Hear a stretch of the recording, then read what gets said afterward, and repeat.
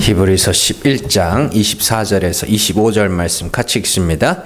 믿음으로 모세는 장성하여 바로의 공주의 아들이라 칭함받기를 거절하고 도리어 하나님의 백성과 함께 고난받기를 잠시 죄악의 낙을 누리는 것보다 더 좋아하고. 아멘. 히브리서 76번째 시간입니다. 내가 아는 모세가 아닌데입니다. 우리가 보통 닮았다, 비슷하다 이런 말들을 하죠. 그래서 얼핏 보면 이 사람인지 이렇게 구분이 안 가는, 그럴 때 이제 닮았네, 비슷하네 이렇게 이야기를 합니다. 근데 사실 닮았다는 것은 엄밀하게 말하면 다른 거죠. 그렇죠? 다른 겁니다. 같은 점이 있기는 하지만 결론적으로는 다르기 때문에 하나를 통해서 다른 것을 알 수는 있지만 그렇다고 해서 둘이 같은 것은 아니다. 그게 비슷하다, 닮았다예요. 히브리서에서 계속해서 강조하는 것이 그겁니다. 땅의 대제사장들은 죄를 사하는, 백성들의 죄를 사하는 제사를 드린다는 의미에서 하늘의 대제사장 예수 그리스도와 같지만, 그죠? 그런 점에서는 같지만 하늘의 대제사장은 하나님께서 맹세를 통하여 세우신 대제사장이고, 땅의 제사장은 율법을 따라 아론의 반차를 쫓는 대제사장. 또한 땅의 대제사장들은 사람들이 준비한 제물로 제사를 드림으로 죄를 온전하게 하지 못하는 제사를 드리고, 하늘의 대제사장은 자기를 들여 완전히 영단번에 완전한 제사를 드림으로 영원한 속죄를 이루신다. 그런 점에서는 서로 다르죠. 그래서 닮기는 했지만 서로 다르다. 그걸 모형이요, 그림자, 그리고 실체 이렇게 이야기를 하죠. 닮았으나 같지는 않은 것. 그게 모형과 실체의 관계죠. 그래서 진짜가 오면 가짜는 뭐야 돼요? 폐하여져야 되죠. 히브리서 10장 9절 말씀 같이 읽습니다. 그 후에 말씀하시기를 보시옵소서 내가 하나님의 뜻을 행하러 왔나이다 하셨으니 그 첫째 것을 폐하심은 둘째 것을 세우려 하심이라. 아멘. 둘째 것을 세우기 위하여 첫째 것을 폐하신다고 말씀을 하셔요. 이 말은 첫째 것이 폐하여져야 비로소 둘째 것이 세워진다라는 뜻이기도 합니다. 왜냐하면 첫째 것은 모형이요, 그림자요, 닮은 것이요, 비슷한 것이지만 둘째 것은 뭐예요? 진짜거든. 이 진짜거든. 그런데 모형과 진짜가 같이 있으면 사람들이 어느 게 진짜인지를 몰라요. 그래서 가짜, 모형 이걸 어떻게 해요? 제거하는 것. 그래서 첫째 것을 폐하심은 둘째 것을 세우려 하심이라 이렇게 이야기를 합니다. 이게 우리가 지금까지 계속해서 히브리서 기자가 계속해서 이야기했던 겁니다. 구약의 선지자들, 모세보다 더 나은 선지자, 더 나은 제사, 더 나은 제사장, 이런 것들이 계속 히브리서 내내 이야기를 해왔던 것이죠. 자, 그런 의미에서 보면 이 히브리서 11장에서 고개가 갸우뚱해지는 그런 말씀들이 나오거든요. 그런 의미에서 보면 이 말씀들이 이해를 할 수가 있습니다. 믿음의 조상들로 언급된 그 사람들은 모두 다 참 하나님과 그의 아들 예수 그리스도의 모형입니다. 그래서 믿음은 바라는 것들의 실상이요 보지 못하는 것들의 증거. 거기서 바라는 게 뭐예요? 하나님이라 그랬죠. 보지 못하는 거 하나님이라 그랬습니다. 그래서 구약에서 선진들이로서 증거를 얻었느니라 할 때 그 구약의 믿음의 선진들이 그 참 하나님과 그 아들 예수 그리스도, 보이지 않는 하나님을 나타내기 위하여 오신 예수 그리스도의 이야기들을 담고 있다. 그래서 히브리서 11장이 그렇게 시작하는 거 아닙니까? 그래서 믿음으로 쭉 나오는 거죠. 자, 그런 것을 보면 이 말씀들 중에 이상한 말씀들이 나오는 것을 볼 수 있는데 그게 이해를 할 수 있다고 제가 말씀을 드리는 겁니다. 자, 모형이라고 하면 앞서 말한 것 같이 비슷한 것, 닮은 것입니다. 그렇기 때문에 같은 점이 있지만 결과적으로는 다르다라고 할 수 있죠. 그래서 히브리서 기자가 11장에서 믿음의 선진들에 대한 이야기를 하는 것을 보면 우리가 아는 성경의 내용과는 조금 다른 그런 내용들을 발견할 수 있습니다. 몇 가지 예를 찾아볼게요. 그 8절에 보시면 이런 말씀이 나옵니다. 믿음으로 아브라함은 부르심을 받았을 때에 순종하여 장래의 유업으로 받을 땅에 나아갈새 갈 바를 알지 못하고 나아갔으며, 이렇게 되어 있습니다. 이 말씀을 잘 보시면 아브라함이 갈 바를 알지 못했다, 이런 말이 나와요. 그런데 창세기를 보면 하나님은 아브라함에게 가나안 땅으로 가겠다고 했습니다. 그리고 아브라함 역시 내가 가나안 땅을 향하여 간다고 성경이 기록하고 있습니다. 창세기 11장 31절 말씀 같이 읽습니다. 데라가 그 아들 아브람과 하란의 아들인 그의 손자 롯과 그의 며느리 아브라함의 아내 사레를 데리고 갈대아인의 우르를 떠나 가나안 땅으로 가고자 하더니 하란에 이르러 거기 거류하였으며, 이렇게 되어 있죠. 창세기 12장 5절 말씀 같이 읽습니다. 아브라함이 그의 아내 사레와 조카 롯과 하란에서 모은 모든 소유와 얻은 사람들을 이끌고 가나안 땅으로 가려고 떠나서 마침내 가나안 땅에 들어갔더라. 아멘. 히브리서 11장 8절에 보면 나아갈 바를 알지 못하고 나아갔다고 이야기를 하고 있어요. 분명히. 그런데 아브라함은 뭐라 그래요?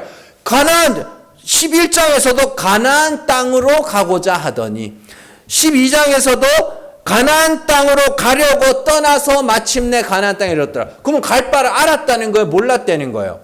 창세기의 내용만 보면 갈 바를 알았죠. 가나안 땅으로 가려고 나오잖아요. 갈 바를 알았죠. 왜 몰랐어요? 그런데 하나님께서 진짜로 아브라함을 인도하고자 하신 것이 영원한 하나님 나라죠. 근데 그 천국을 우리가 어떻게 알게 됐어요?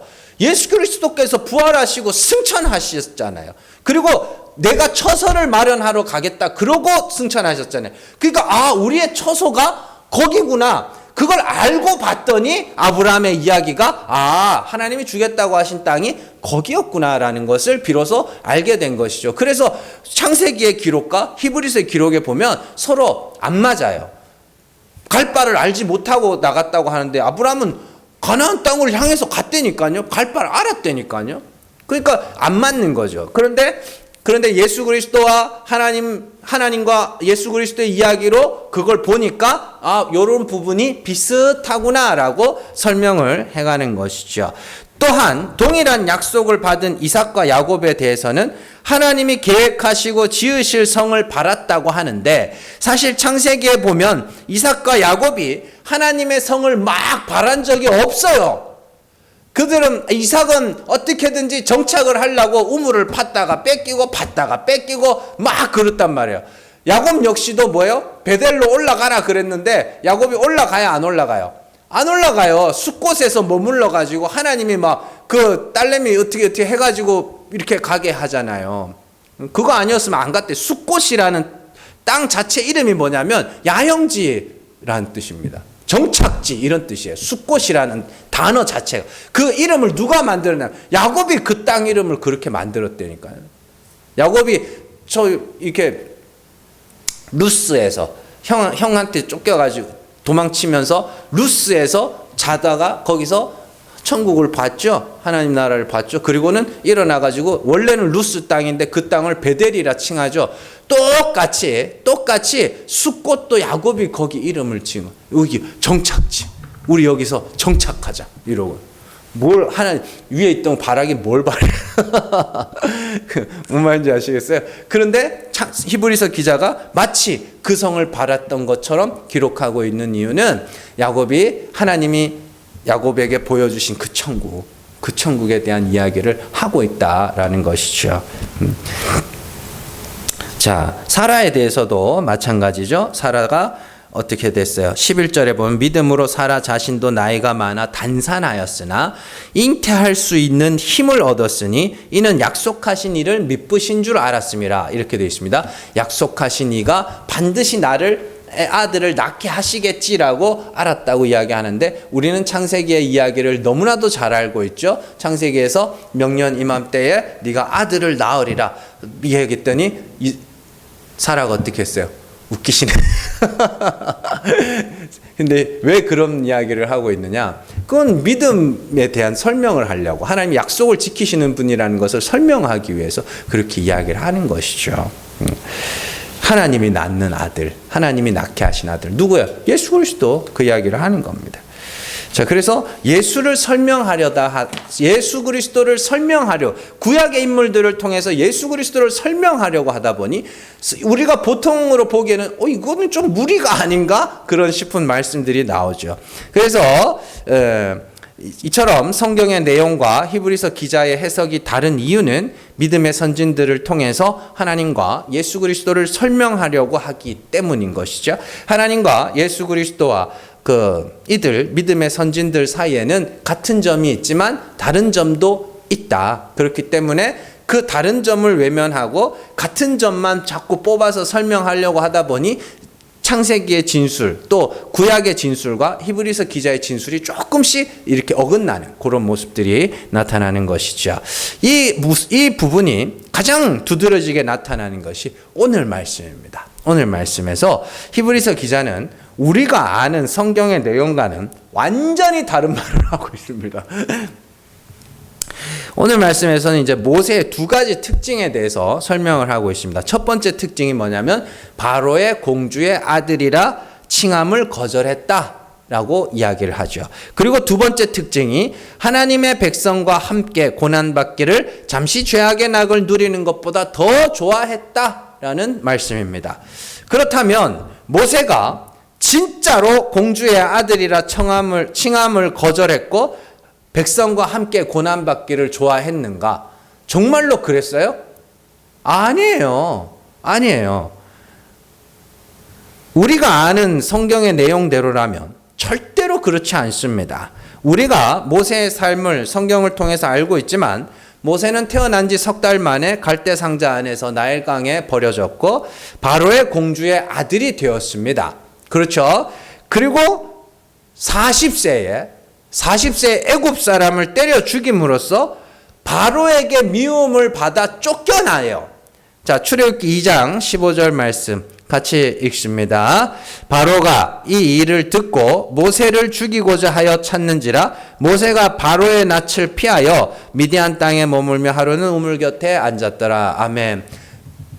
자기가 무슨 대단한 포부를 품고 내가 우리 백성들하고 같이 고난을 받아야겠다 뭐 이런 게 아니에요.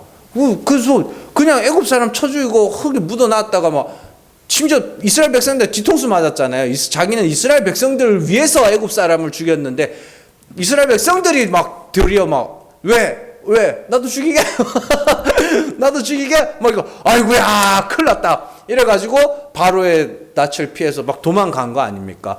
자기가 마치 오늘 말씀을 읽으면 자기가 마치 바로의 공주의 아들이라 칭함을 거절한 것처럼 이야기하지만 자기가 거절한 게 아니에요. 쫓겨난 거지. 자신이 지은 죄로 말미암아 쫓겨난 것이죠. 자, 또한 그가 백성과 함께 고난받기를 좋아했던 것도 아니었습니다. 아니었어요. 이스라엘 백성들이 애굽에서 고난을 받을 때 모세는 뭐 했어요? 40세까지는 애굽 왕실에서 편안하게 지내다가 40세에 사고치고 미디안 광야로 갔어요. 이스라엘 백성들하고는 아무 상관없이 지냈다니까요. 광야에서. 그렇잖아요.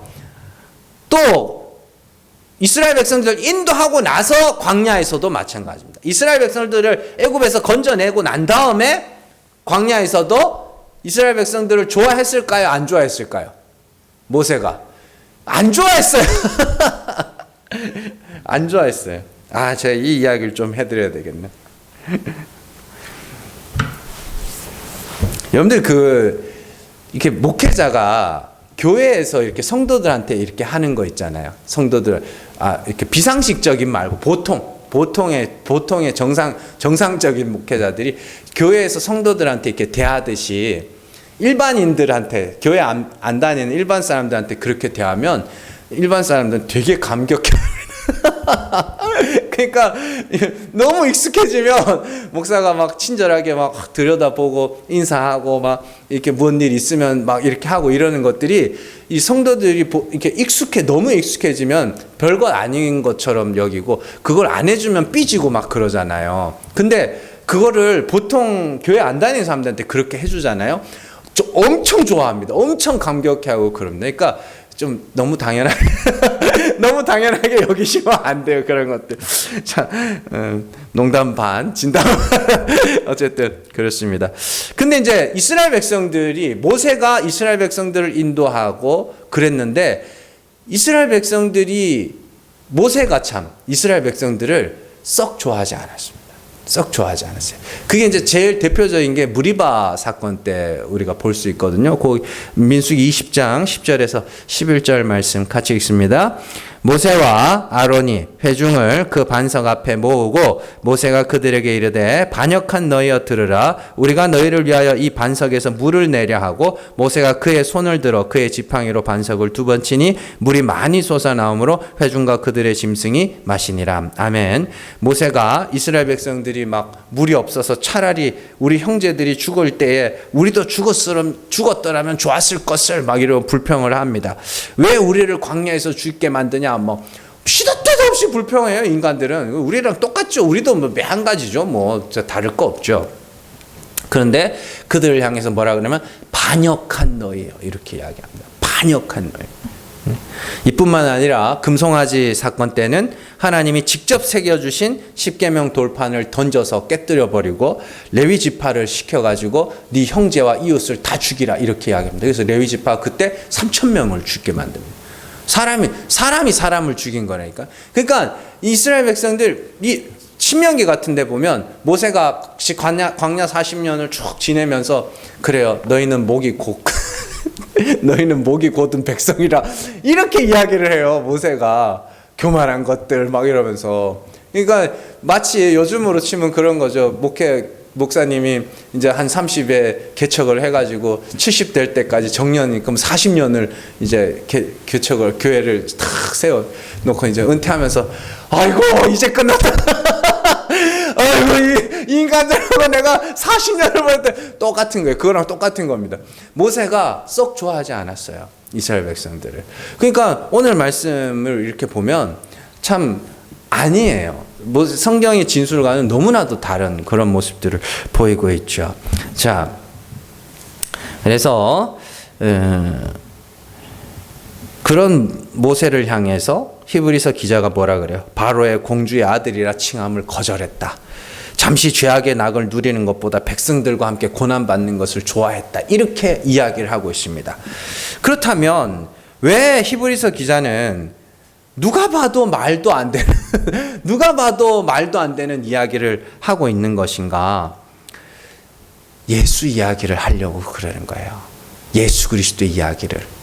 지난 시간에 우리는 예수 그리스도께서 모세가 말한 나와 같은 선지자 하나가 올 것인데 너희는 그의 말을 들으라 이렇게 이야기했죠. 그래서 하나하나 다 말씀을 드렸죠. 나와 같은. 그래서 예수님의 탄생과 모세의 탄생 그 사건이 비슷하고 그리고 선지자. 그죠? 모세는 하나님이 보내셔서 하나님께서 시키는 대로 했던 선지자, 이스라엘 백성들 인도한. 예수 그리스도께서는 참 하나님, 아버지 품속에 독생하신 하나님으로 이 땅에 오셔서 참 하나님이었다는 문제를 우리에게 나타내시고 우리의 삶을 인도하셔서 하나님과 화목하게 하는 선지자. 그렇죠? 그러니 그의 말을 들으라. 모세의 말보다 예수 그리스도가 더 권위가 있다. 그의 말을 들으라까지 제가 다 설명을 해드렸습니다. 자, 마찬가지예요. 오늘 말씀도 예수님과 모세가 같은 점, 모세의 닮은 점을 설명하기 위해서 이렇게 약간 모순된 것 같은 말씀들을 기록하고 있습니다. 자, 오늘 말씀에서 믿음으로 이렇게 나오죠. 보이지 않는 하나님, 우리가 소망하는 하나님, 그리고 그 하나님을 나타내러 오신 예수 그리스도의 관점에서 구약의 인물들을 재조명하고 있기 때문에 우리가 아는 성경의 내용과 히브리서 기자의 진술이 부분적으로 차이가 나는 것이죠. 그러면 히브리서 기자는 예수님과 모세의 어떤 부분을 강조하기 위해서 이렇게 말씀을 기록하고 있는가? 자, 간단해요. 아버지 품속에 독생하신 하나님으로서 하나님과 동등된 분이시지만 하나님과 동등함을 취할 것으로 여기지 아니하시고 육체를 입고 피조물의 모습으로 이 땅에 오신 예수 그리스도의 이야기를 하고 있는 겁니다. 모세가 어땠어요? 바로의 공주의 아들이라는 높은 자리에서 이스라엘 백성들을 뭐라고 불렀어요? 바로의 종이라고 불렀습니다. 바로의 공주의 아들에서 종들의 인도자가 되는 그 이야기가 뭐요? 아버지 품속에 독생하신 하나님, 아버지 보좌 우편에 살아계신 하나님 우편에 앉아 계신 예수 그리스도, 그죠? 하나님과 동등된 그분께서 피조물의 모습으로 오신 것과 똑같다라는 것을 설명하기 위해서 이렇게 말씀을 기록하고 있는 것이죠. 자, 만물의 주관자이신 예수 그리스도께서 우리와 같은 육신을 입고 택하신 자를 영원한 하나님 나라로 인도하시기 위해 내려오신 것과 모세의 삶이 닮았다. 자, 제가 지금 말씀드렸죠? 이걸 뭐라 그러면 예수 그리스도의 비하라고 이야기합니다. 신학 용어예요. 예수 그리스도의 비하. 하나님이에요. 하나님과 동등된 분이 하나님이에요. 아버지 품속에 독생하신 하나님이에요. 그 하나님이 육신을 입고 어떻게 해요? 이 땅에 피조물로 오신 거예요. 뭐 하려고? 택하신 자를 구원하기 위해서. 애굽의 왕자가 종이 되었어요. 뭐 하려고? 택하신 자를 인도해내기 위해서. 닮았죠? 똑같죠? 이걸 설명하려고 이렇게 오늘 말씀을 모세 출애굽기 내용과는 다르게 모세를 설명하고 있는 겁니다. 골로새서 1장 16절에서 17절 말씀 같이 읽습니다. 만물이 그에게서 창조되되 하늘과 땅에서 보이는 것들과 보이지 않는 것들과 혹은 왕권들이나 주권들이나 통치자들이나 권세들이나 만물이 다 그로 말미암고 그를 위하여 창조되었고 또한 그가 만물보다 먼저 계시고 만물이 그 안에 함께 섰느니라. 아멘. 성경에는 만물이 그에게서 창조되고 그로 말미암고 그를 위하여 창조되었던 말이 자주 나옵니다. 이런 말씀들이 뭐냐면 예수께서 뭐 하라는 거예요? 창조주야. 창조 때부터 창세 때부터 아버지와 함께 계셨던 하나님이야 라는 것을 강조할 때 쓰는 말씀들입니다.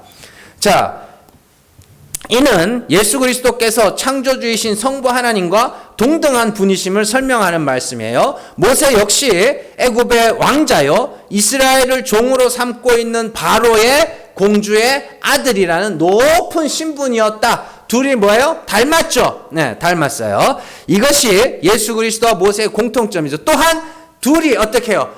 예수님은 창조주의 자리에서 피조물의 자리로 내려오셨고 모세는 애굽의 왕자의 자리에서 종의 자리로 내려온 그 자기 비하의 모습이 똑같다라는 것입니다.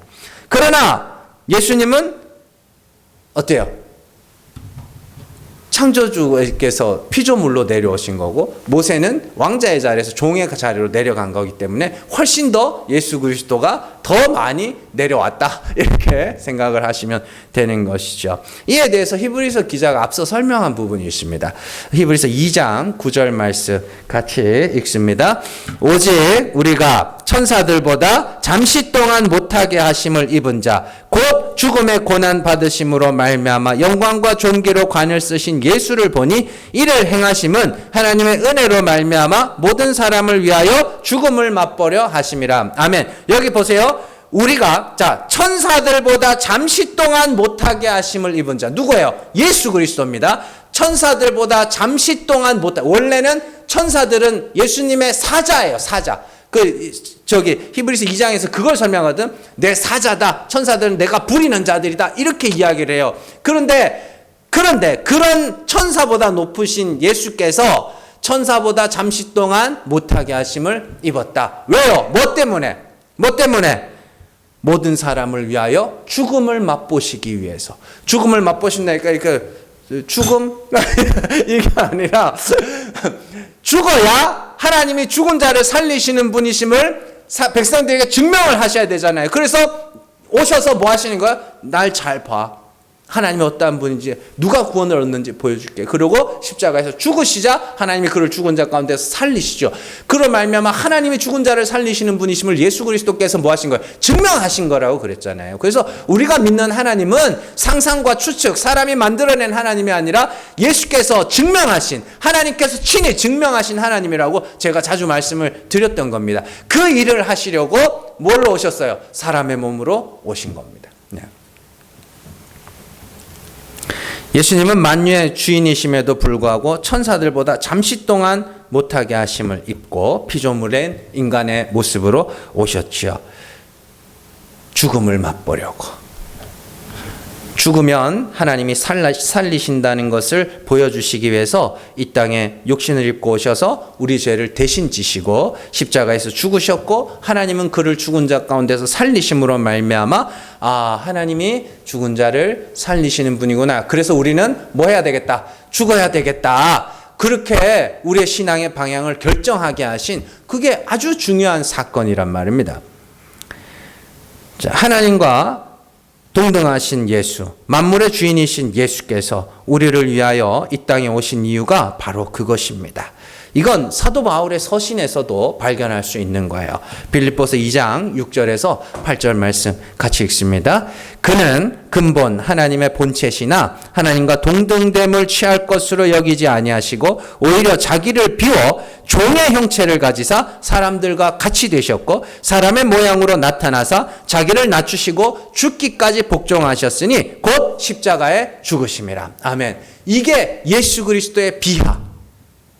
그래서 오늘 말씀에 모세에 대하여 기록한 것과 빌립보서 2장에서 예수 그리스도에 대하여 기록해 놓은 것을 비교해 보면 둘이 똑같은 이야기를 하고 있다는 것을 알 수 있습니다. 애굽의 바로의 공주의 아들이라 칭함을 거절하고, 그죠? 종들, 이스라엘 백성들, 하나님의 백성들과 뭐하기? 고난받기를 즐겨했다. 그건 누구 이야기예요? 예수 그리스도 이야기죠. 하나님과 동등됨을 취할 것을 여기지 아니하시고 사람과 같이 오셔서 사람의 고난, 사람이 받으셔야 하는 고난을 홀로 받아내신 그 예수 그리스도의 이야기를 설명하기 위해서, 그 예수를 설명하기 위해서 모세의 이야기를 이렇게 설명하고 있다라는 것이죠. 그래서 모세가 바로의 공주의 아들에서 종인 이스라엘에게 백성을 보내심을 받은 것, 예수 그리스도께서 하나님과 동등됨을 취할 것으로 여기지 아니하시고 우리의 피조물로 오신 것, 이것이 닮았다. 그래서 모세를 통하여 예수 그리스도를 설명하려고 하다 보니 모세에 대한 기록이 약간 무리다, 약간 이건 좀 무리가 아닌가 싶은 그런 모습들이 나타나는 것이죠. 그러나 이것이 완전히 틀렸다고는 할 수 없잖아요. 그죠? 실제로 모세는 바로의 공주의 아들에서 종인 이스라엘 백성들의 인도자가 되었고, 그들을 건져내고 그들과 함께 고난을 받기도 했고, 자기 의지는 아니지만 하나님의 뜻에 의했지만. 자, 모세와 예수 그리스도의 또 다른 공통점이 하나 있습니다. 이게 또 중요한데요. 자, 모세를 이스라엘에 보내신 분이 누구예요? 하나님이죠. 모세가 자기가 가겠다고 그랬어요? 안 그랬어요. 자기는 안 가겠다 그랬죠. 나는 입술이 둔한 자니이다. 다른 보낼 자를 보내서서 하나님 참 사람 보는 되게 없네요. 막 이러면서 막 그러죠. 그래서 막 손 넣어봤는데 뭐 문둥병이 막 나 있어. 오, 다시 지팡이 던져봐, 그런 표적을 보여줬음에도 불구하고 안 가겠다 그래. 계속 안 가겠다 그래. 그 하나님이 막 열받아가지고. 막 입술이 둔한 자입니다. 그러니까 네 형 아론이 저 밑에서 기다리고 있다. 그래서 아론과 모세가 만나서 둘이 바로를 찾아가게 된. 그러니까 하나님이 보내신 거예요. 자기가 가겠다고 한 적이 없습니다. 출애굽기 3장 9절에서 10절 말씀 같이 읽습니다. 이제 가라, 이스라엘 자손의 부르짖음이 내게 달하고 애굽 사람이 그들을 괴롭히는 학대도 내가 보았으니 이제 내가 너를 바로에게 보내어 너에게 내 백성 이스라엘 자손을 애굽에서 인도하여 내게 하리라. 아멘. 하나님이 누구를? 모세를 보내셔서. 왜 보내셨어요? 이스라엘 백성을 애굽에서 인도하여 내기 위해서. 그렇죠? 그런데요, 예수 그리스도도 하나님이 보내신 겁니다. 요한복음 3장 17절 말씀 같이 읽습니다. 하나님이 그 아들을 세상에 보내신 것은 세상을 심판하려 하심이 아니요 그로 말미암아 세상이 구원을 받게 하려 하심이라. 요한복음 7장 33절 같이 읽습니다. 예수께서 이르시되 내가 너희와 함께 조금 더 있다가 나를 보내신 이에게로 돌아가겠노라. 아멘. 예수님을 보내신 이가 누구예요? 하나님이에요. 자, 하나님이 모세를 왜 보냈어요? 애굽에서 인도하여 가나안 땅으로 애굽에서 인도하여 내기 위해서 모세를 보냈습니다. 하나님께서 예수 그리스도를 왜 보내셨어요? 나오잖아요. 3장 17절에 그로 말미암아 세상이 구원을 받게 하려 함이라. 우리를 구원하기 위하여 하나님이 그 아들을 보내신 것이죠. 그렇죠? 자, 이처럼 구약에서도 하나님은 이스라엘의 구원에 진심이셨고 신약에서도 오늘날도 하나님은 택하신 자들의 구원에 진심이십니다. 어느 정도로 진심이냐면 아들을 하나님이에요. 아들을 뭐예요? 피조물의 모습으로 우리에게 보내신 그 정도로 우리를 구원하기를 원하시는 하나님이십니다. 대단한 사랑이고 엄청난 사랑입니다. 이건 흉내낼 수가 없는 것이죠. 그런 하나님께서 우리를 사랑하심으로 예수 그리스도를 보내셨고 예수 그리스도 역시 하나님과 동등됨을 취하지 아니시고 육신을 입고 오신 것은 결국 우리를 구원하시기 위함이죠. 그리고 마지막으로 하나님은 성령을 보내셔서 예수 그리스도께서 걸어가신 길로 우리를 인도하시죠. 그래서 그리스도를 죽은 자 가운데서 살리신 이의 영이 너희 가운데 거하시면 너희 죽을 몸도 살리시 이렇게 되어 있습니다. 영이 우리를 그리스도께서 걸어가신 그 길로 그대로 끌고 갈 것이다. 이렇게 말하고 있습니다. 그러니까 하나님은 우리를 구원하시기 위해서 엄청난 일들을 행하고 계신 것이죠. 그러면 1차적으로 우리는 하나님께서 우리를 얼마나 사랑하시는지 예수 그리스도께서 우리를 얼마나 사랑하시는지를 깨달아야죠. 내가 뭐라고 그렇게까지 구약을 보면 출애굽기 이야기를 보면서 이 이스라엘 백성들이 뭐라고 그렇게까지 하나님이 모세를 통해서 일을 하시나? 그게 근데 신약으로 넘어와서 복음서를 보니까 아니 내가 뭐라고 하나님이 그 아들을 아버지와 동등된 그 아들을 우리에게 보내줘. 아이고 성령을 우리에게 내가 뭐라고 이렇게까지 하시나. 그래서 감사하고 찬송할 수 있는 근거가 되는 것이죠. 또한 그렇게까지 우리를 사랑하셔서 우리를 구원하기 위해 아들을 내어주신 하나님과 동등됨을 취할 것으로 여기지 않으시고 육신을 입고 오신 예수 그리스도께서 이게 중요한 거예요. 우리를 구원하시기 위하여 무슨 일이든지 할 수 있다는 것도 아셔야 됩니다. 우리를 구원하시기 위하여 전쟁을 일으킬 수도 있고요. 그러니까 전쟁이 일어나는 걸 보면 하나님의 뜻이 아니다. 누가 아니래요. 성경에 보면 하나님이 일으키신 전쟁이 얼마나 많은데 그렇지 않습니까? 하나님이 우리를 구원하시기 위해서는 전쟁을 할 수도 있고 하나님께서 이스라엘 백성들을 구원하시기 위해서 뭐 하셨어요? 바로왕, 요셉을 알지 못하는 왕을 세워서 그들을 핍박하고 고난을 받게 했죠. 누가 하신 거예요? 하나님이 하신 거라니까요. 왜? 때가 됐으니까. 내가 작정한 4대가 되었고 그저 아모리 족속의 죄악이 관영할 때가 되었으니까 이제 너희가 거기서 나올 때가 됐으니까 어떻게 해요? 자연스럽게 나오도록 만드는 거예요. 나오고 싶게 만드는 겁니다. 하나님이 늘 좋은 것으로만 우리를 인도하고 우리를 구원하기 위해 늘 좋은 것으로만 하시는 분이 아니에요. 하나님께서는 이스라엘 백성들이 하나님을 떠나가면 그들을 돌아오도록 하시기 위해서 어떻게 하셨어요? 이방 민족들을 세워가지고 그들을 몇 년씩 7년씩 10년씩 20년씩 다른 나라의 지배를 받게 하셨다니까요. 뭐 하게 하시려고? 하나님께 돌아오게 하시려고. 하나님은 그의 택하신 자들의 구원을 위하여 무슨 일이든지 할 수 있습니다. 예수님은 우리를 구원하기 위하여 하나님의 자리에서 피조물의 자리까지 기꺼이 내려오신 분입니다. 하나님 역시 우리를 사랑하시고 우리를 구원하기 위하여 아들을 피조물의 자리로 내려보내신 분이며 그 아들을 십자가에 매다신 분이에요. 그 정도로 하나님은 우리의 구원에 진심이신 분입니다. 그런 하나님께서 우리를 구원하기로 작정하셨다면 무슨 일이든지 행하실 수 있습니다. 우리의 삶에 무슨 일이든지 일어날 수 있습니다. 왜요? 구원하기 위해서 하나님의 은혜만 의지하도록 예수의 십자가만 의지하도록 만들기 위해서 하나님은 무슨 일이든지 하실 수 있습니다. 그래서 택하신 자의 삶에 일어나는 모든 것이 다 선한 것이라 사도 바울이 이야기하죠. 왜냐하면 그 모든 일들이 우리를 구원하기 위하여 행하신 일들이며 우리의 구원에 꼭 있어야 하는 일들이기 때문인 것이죠. 그러니 우리의 삶을 보면서 이건 나쁜 거야. 무조건 이건 나쁜 거야. 이건 좋은 거야. 아니요. 그런 거 하지 마세요. 하나님이 또 이런 일들을 왜 보내셨을까? 그런 걸 생각을 하시라고요. 좋고 나쁘고가 아니라. 학교 같은데 이렇게 가면은 교과서 이런 거 나오잖아요. 옛날에 교과서. 그거 주면은 옛날에는 교과서 보고 막 중학교 때구나. 중학교 때 우리 반이 50명은 기본적으로 넘었고 한 60명 가까이 그렇게 됐던 것 같아요. 근데 보면은 학년이 바뀔 때가 되면 교과서를 나눠주잖아요. 그 선생님들이 삥땅을 쳤는지 꼭 모질라.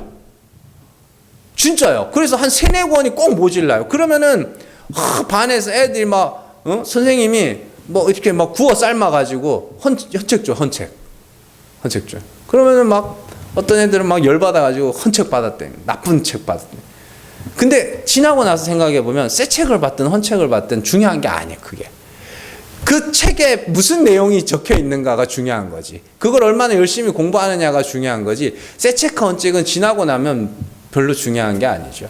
여러분들 우리의 삶에도 마찬가지예요. 무슨 일이 닥쳤어요? 질병이 왔어요? 이건 나쁜 거. 돈을 많이 벌 이건 좋은 거. 아니요. 그거 아니에요. 그 일들을 통해서 내가 진짜 하나님의 은혜가 아니면 안 되는 자구나. 나는 예수의 십자가가 아니면 안 되는 죄인이구나. 이걸 깨달아 가시라고. 그래야 그 일들이 내게 선한 일이 되는 거죠. 이건 좋고 나쁘고 거기에 휘둘려가지고 좋은 거, 나쁜 거. 그러니까 우리 인생이 그런 겁니다. 지금 내가 싫고 나쁘고 악한 일이라고 생각하는 일들이 이 일들을 통하여 내가 더 하나님을 의지하게 되고 더 예수 그리스도의 십자가를 의지하게 되는 그런 일들이 될 수도 있는 것이고, 지금 내가 좋다고 여기는 이 일들이 도리어 하나님과 멀어지게 만드는 일들이 될 수도 있는 겁니다. 그러니까 일희일비하지 마시고 하나님이 이 일들을 내게 왜 주셨을까? 왜 이 일들을 내게 보내셨을까를 곰곰이 생각해 보면서 그 속에서 결국에는 뭘로 끝나야 되냐? 결국에는 우리 인생은 예수 그리스도의 십자가로 끝나야만 되는, 그게 성도의 인생의 결말입니다. 잘 기억하시고, 하나님은 우리를 그리스도를 따라 죽은 자 가운데서 살리시기 위해서 무슨 일이든지 어떤 일이든지 하실 수 있습니다. 택하신 성도에게 주어지는 모든 것이 하나님이 구원하시기 위한 하나님의 사랑의 방편인 줄로 알고, 징계든 축복이든 질병이든 가난이든 고통이든 외로움이든 슬픔이든 다 겪어내시면서 역시 나는 예수의 십자가입니다. 역시 나는 하나님의 은혜입니다. 고백할 수 있는 저 여러분들 되시기를 주님의 이름으로 축원합니다. 기도하겠습니다.